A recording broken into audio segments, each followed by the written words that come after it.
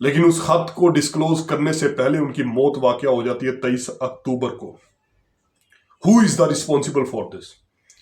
23 اکتوبر کو ان کی موت واقع ہوتی ہے، ان کا قتل ہوتا ہے، ان کو اسیسینیٹ کیا جاتا ہے، جس کو پاکستان گورنمنٹ کی جانب سے ایک حادثہ ڈکلیئر کرنے کی کوشش کی جاتی ہے پاکستان عوام کے سامنے. تو یہ سب سے بڑی اور شرمناک پاکستان کی حکومت کی اس وقت کی سب سے بڑا ان کا یہ فیصلہ تھا. ابھی کچھ چیز میں آپ کے سامنے شیئر کرنا چاہتا ہوں. پہلے بھی میں اس ویڈیو کو مکمل بنا چکا ہوں کہ ان کی ڈیتھ کیسے ہوئی، کس طرح ان کو اسیسینیٹ کیا گیا. یہ بالکل حادثہ نہیں تھا. ایون کہ کینیا کی گورنمنٹ یہ ماننے تک مجبور ہے کہ یہ حادثہ نہیں، ان کے کورٹ میں اس کا فیصلہ ہو چکا ہے کہ یہ بالکل باقاعدہ قتل تھی. اور یقین مانے کینیا انتہائی تھکا ملک ہے، اکارڈنگ ٹو فائنینشیل پرابلمز بھی اور according to their security managements بھی. بالکل تھکا ترین ملک ہے کینیا. اس کے باوجود بھی انہوں نے فیصلہ کیا اور پاکستان کی گورنمنٹ کے منہ پر ایک زوردار تماچا مارا. ابھی بات میں یہ کر رہا ہوں کہ کینیا گورنمنٹ میں اس کو بالکل معاملے کو ٹھپ کر دیا گیا اور اصل مجرم جو ہے وہ انہوں نے پاکستان سے ڈکلیئر کیا، جس کو ابھی تک پاکستان کی گورنمنٹ جو ہے وہ ایکسپٹ کرنے کے قابل نہیں ہے. ابھی تک اس کو حادثہ ڈکلیئر کیا جا رہا ہے. اب بات یہاں پہ کیا ہے، بیسک سی ریزن کیا ہے. اب کینیا گورنمنٹ کی جانب سے یہ کہا گیا، پہلے پاکستان گورنمنٹ کا سوال کا جواب دیکھیں. جب 23 اکتوبر کو قتل ہوتا ہے، پاکستان کے میڈیا سیل میں یہ خبر پھیلا دی جاتی ہے کہ ان کا جو قتل ہوا ہے وہ سائیڈ میرر سے ہوا ہے. سائیڈ میرر سے گولی آئی ہے، ڈائریکٹ ان کو ہیڈ شوٹ ہوا ہے، لیکن ہیڈ شوٹ یہاں سے ہوا ہے.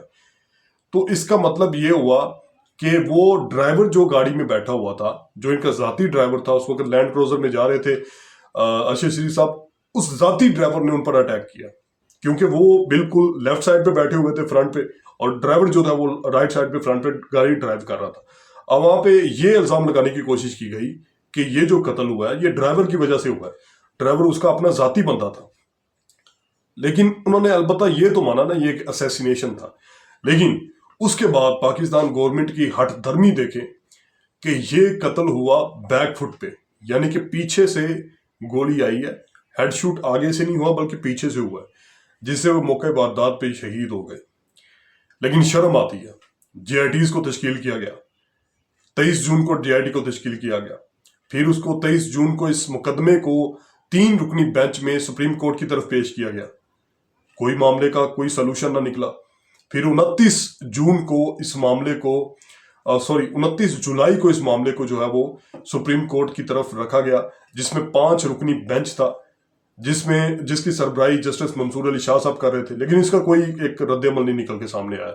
رد عمل سے مراد یہ ہے کہ انہوں نے ایک 5 رکنی بینچ کو 3 رکنی میں تشکیل کرنے کا حکم دیا اور مزید اس معاملے کی انویسٹیگیشن کے لیے پراپر جو ہے وہ پلان بنانے کی کوشش کی.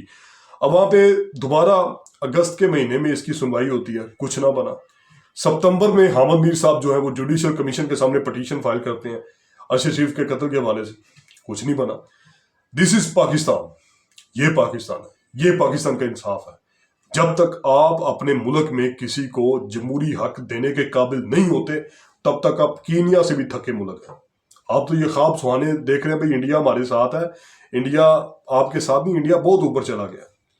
انڈیا کا ٹریک ریکارڈ پیچھے سے چیک کریں، جس طرح انہوں نے ایویلیوشن کیا اپنی ترقی میں، اپنے فائنینشیل پرابلمز میں، اسی بیسس پہ کیا.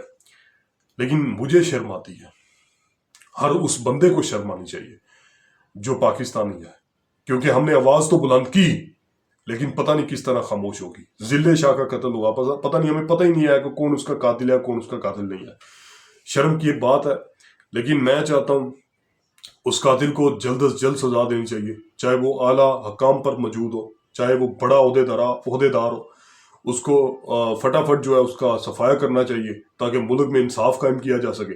انصاف قائم ہوگا تو آپ کا ملک جمہوری حق سے سرشار ہوگا، اور جب جمہوری حق ملے گا، جمہوریت پاکستان میں آئے گی، تو اسی ڈیموکریسی کی بیسس پہ آپ کا پاکستان جو ہے بڑے بڑے ملکوں کو مات دے گا.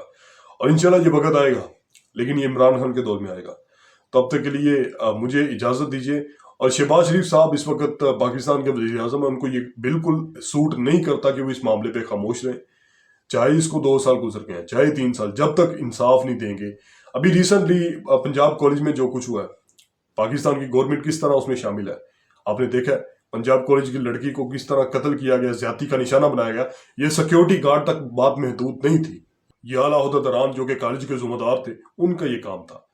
اور وہ کون تھے، ڈائریکٹر تھے، چیئرمین تھے، I don't know about that, but یہ پاکستان کی گورنمنٹ جو ہے وہ بالکل ناکام ہو رہی ہے، ہمارے ملک کا بیڑا کر رہی ہے۔ اب تک کے لیے مجھے دیجیے اجازت، ملتے ہیں نیکسٹ فلم، تب تک کے لیے اللہ حافظ۔ چینل کو سبسکرائب کیا کریں، ویڈیو کو لائک کریں، اور ویڈیو اچھی لگی ہو تو اس کو شیئر کیا کریں تاکہ اس کی ریچ بڑھے، اور اپنے اس چینل کا خیال رکھیے اور اپنا بھی خیال رکھیے۔ اللہ حافظ۔